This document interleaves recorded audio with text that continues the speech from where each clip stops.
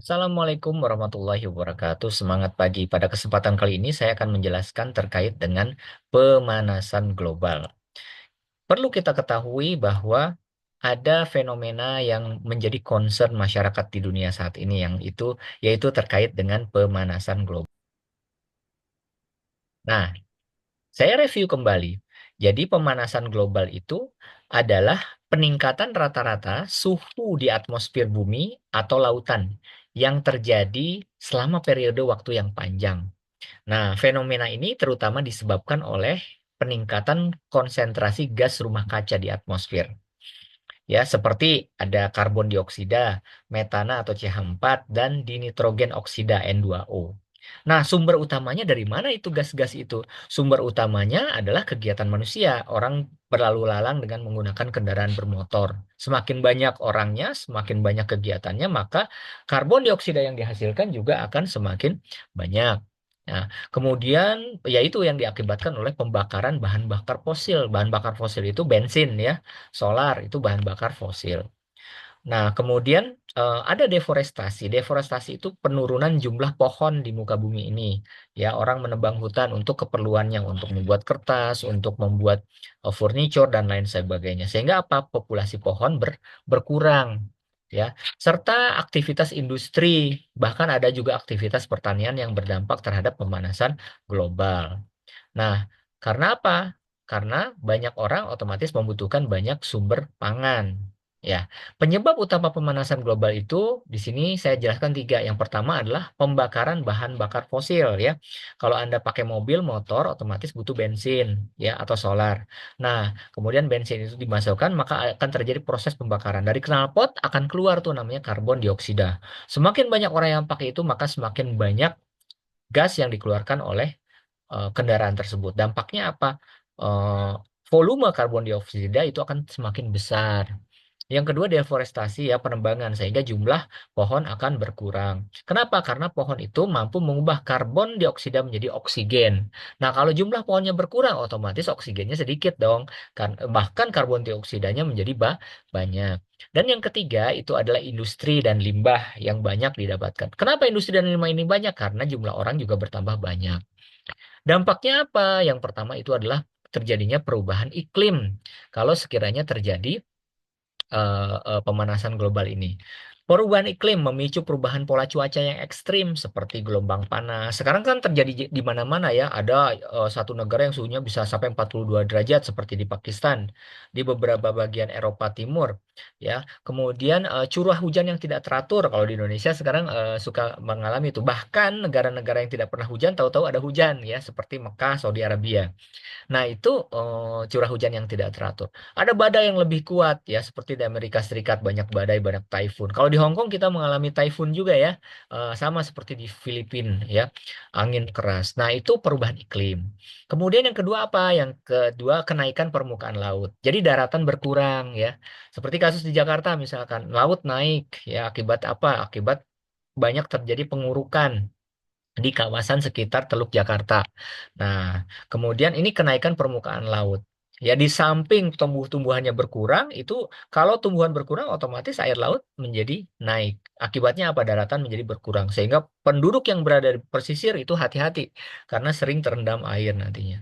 Kemudian kepunahan keanekaragaman hayati. Karena jumlah pohon berkurang, kemudian banyak gas yang membahayakan, banyak makhluk hidup mati termasuk pohon-pohonan, sehingga mereka tidak bisa lagi menghasilkan keturunan yang sejenis. Dampaknya apa? Akan terjadi kepunahan, nggak ada lagi. Dan yang terpenting itu adalah gangguan pada kesehatan manusia. Karena banyak gas karbon dioksida. Coba aja kalau misalkan Anda diam di jalan kan nggak enak tuh udaranya. Nah, itu menimbulkan penyakit. Ya banyak orang merokok ya. Jadi orang merokok itu memang tidak concern terhadap kesehatan dia dan kesehatan orang lain. Orang lain juga punya hak untuk sehat. Makanya sebaiknya Anda meninggalkan. Apalagi di Hong Kong ya merokok itu kena denda $1.000. Ya jadi kalau Anda tertangkap merokok di jalan itu biasanya dibawa polisi. Ya Anda harus membayar $1.000 untuk mengambil Hong Kong ID Anda ya nggak? Nah makanya itu kenapa? Karena mengganggu kesehatan orang lain. Nah itu gangguan pada kesehatan manusia khususnya paru-paru dan banyak gangguan lain ya, penyebab kanker dan lain sebagainya. Ini dampak dari pemanasan global ya. Nah, kemudian nah, Apa yang disebut sebagai efek rumah kaca? Efek rumah kaca ini kayak gini. Anda berada di dalam mobil nih, misalkan. Kemudian kacanya Anda tutup semua. Apa yang Anda rasakan? Kalau misalkan AC-nya tidak dinyalakan, maka Anda akan berasa panas. Nah, efek rumah kaca ini, sinar matahari akan masuk ke dalam mobil. Masuk ke dalam mobil lewat kaca. Tetapi masalahnya, suhu yang sudah masuk, dia tidak bisa keluar lagi. Semacam terperangkap di dalam kaca. Makanya Anda akan semakin semakin panas di dalam mobil itu. Nah, itulah yang disebut sebagai efek rumah kaca. Jadi energi mataharinya terperangkap di dalam ruang mobil, sebagian besar tidak dapat keluar melalui kaca. Ya, dampaknya suhu udara di dalam ruang mobil itu akan meningkat. Nah, itu efek rumah kaca. Nah, itu sama halnya terjadi di bumi kita ini. Jadi bumi kita ini ibaratnya mobil tadilah gitu. Lalu bumi kita ini dilapisi oleh atmosfer. Ya, atmosfer itu ibaratnya kacanya tadilah gitu. Jadi sinar matahari masuk ke dalam bumi, tetapi dia tidak bisa keluar lagi lewat atmosfer. Kenapa? Terus aja ngubeng di dalam. Kenapa? Karena tidak bisa dinetralisir oleh pohon. Pohonnya sedikit. Dampaknya apa? Banyak terjadi kebakaran hutan ya, kebakaran hutan. Apalagi terjadi kebakaran hutan. Semakin banyak terjadi pembakaran, maka otomatis karbon dioksida itu akan bertambah banyak. Nah, karbon dioksida bertambah banyak, maka suhu suhu bumi akan memanas. Ya.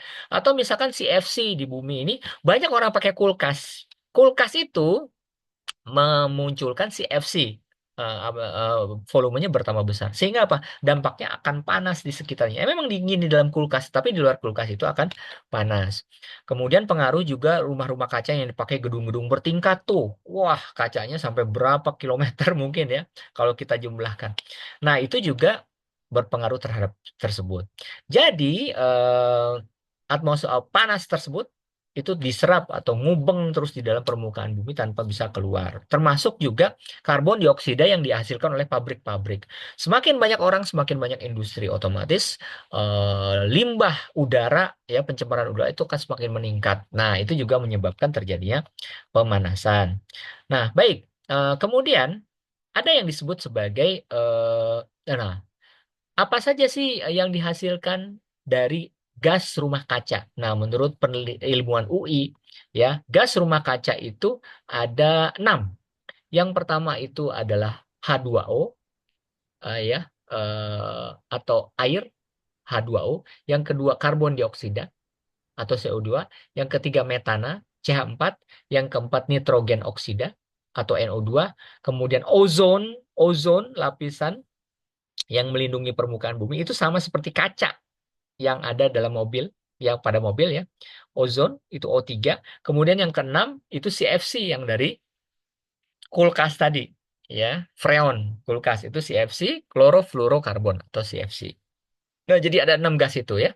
Uap air H2O, karbon dioksida CO2, metana CH4, nitrogen NO2, kemudian ozon O3 dan klorofluorokarbon atau CFC. Oke, ada 6.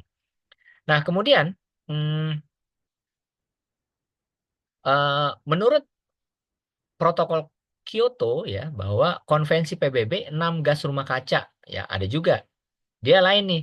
Yang pertama CO2, karbon dioksida, yang kedua metana CH4, yang ketiga dinitroksida N2O, yang keempat hydrofluorokarbon HFC, yang kelima perfluorokarbon atau PFC, dan yang keenam sulfur heksafluorida atau SF6 ya.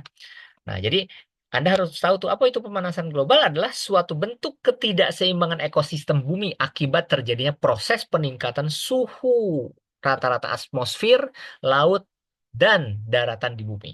Jadi intinya adalah meningkatnya suhu ya, rata-rata atmosfer, laut, dan daratan di bumi.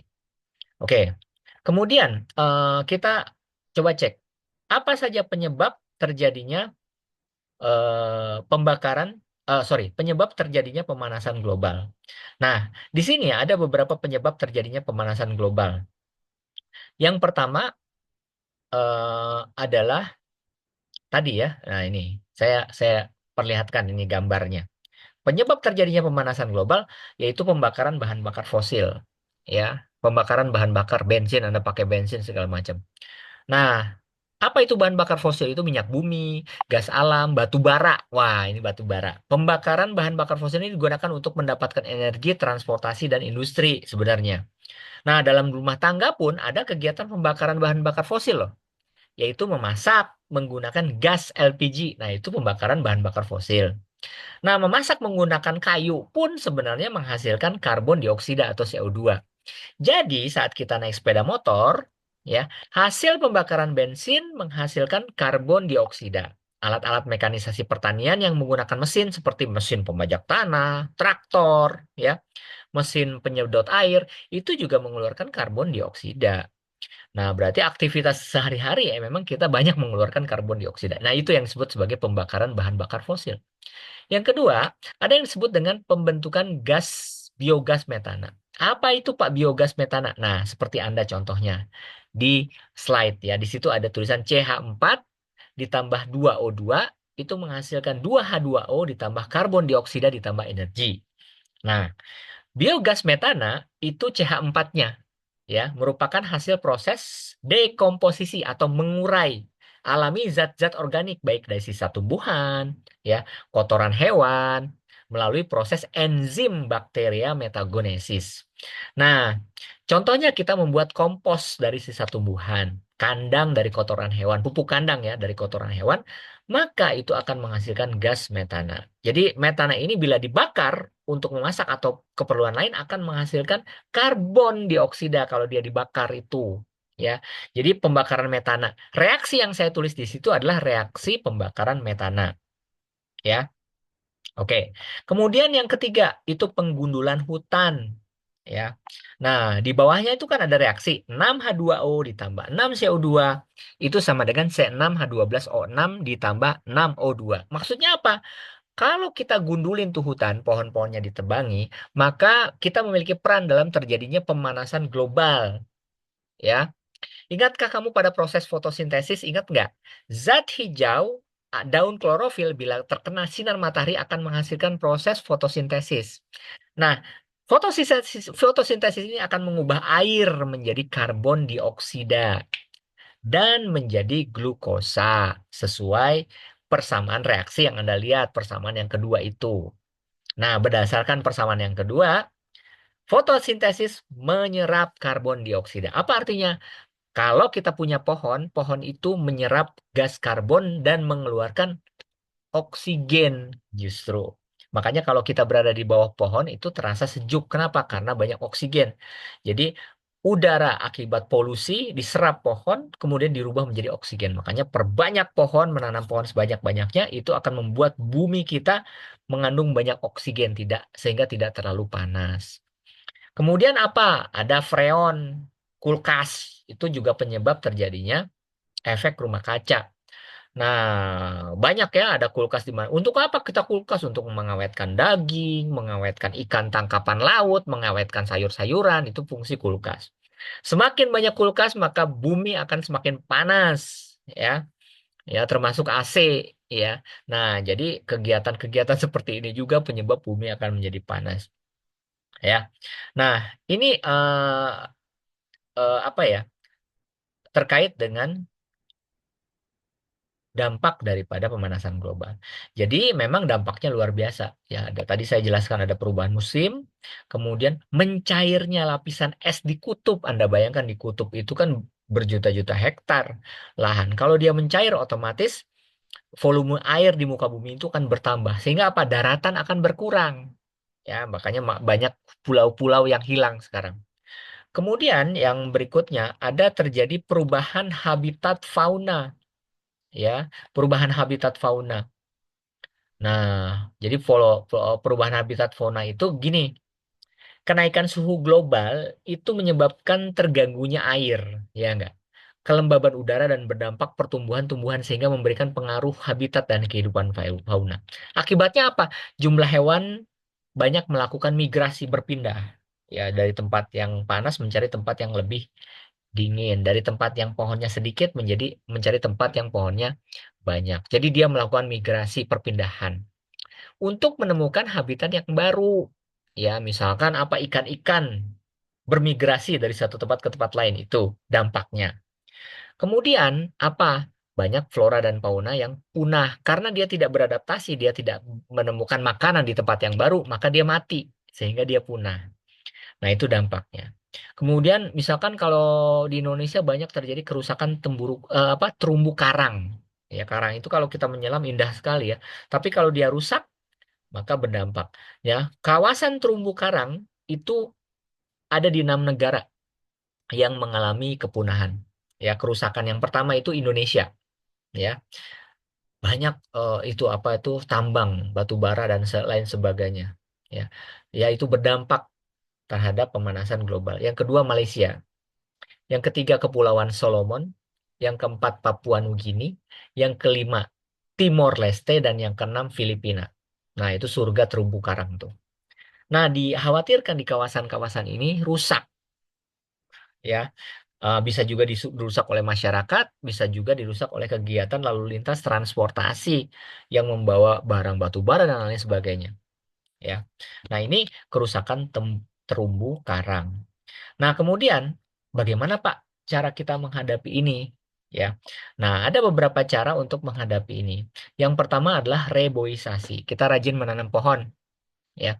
Jadi kita menanam kembali. Dimanapun Anda berada, Anda tanam pohon sebanyak-banyaknya. Kenapa? Semakin banyak pohon, maka oksigen, udara segar yang kita hirup akan semakin banyak. Ya, itu reboisasi. Kemudian yang kedua ya penghijauan, penanaman tambahan untuk meningkatkan jumlah tanaman. Misalnya penanaman tanaman di pekarangan rumah. Kalau reboisasi itu biasanya pohon-pohon yang dipakai untuk industri, kalau bisa jangan dibiarin, tahan tanah yang sudah kosong itu ditanamin kembali. Tanah yang sudah kosong akibat pohonnya kita ambil, kita tanamin kembali.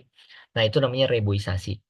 Kalau penghijauan ya otomatis kita menanam sebanyak-banyaknya. Di Hong Kong pun kita bisa melakukan itu. Kita bisa menanam sebanyak-banyaknya maupun di pot lah ya atau di tanah yang kita sering jalan-jalan ke gunung nih gitu kan. Nah, itu juga kita bisa tanam. Kemudian mengurangi CFC ya, mengurangi penggunaan AC, penggunaan kulkas dan lain sebagainya. Ini memang agak sulit ya, perlu penanganan khusus. Kenapa? Karena ya suhu bumi panas akibatnya orang banyak memakai AC gitu ya. Kemudian meningkatkan efisiensi bahan bakar.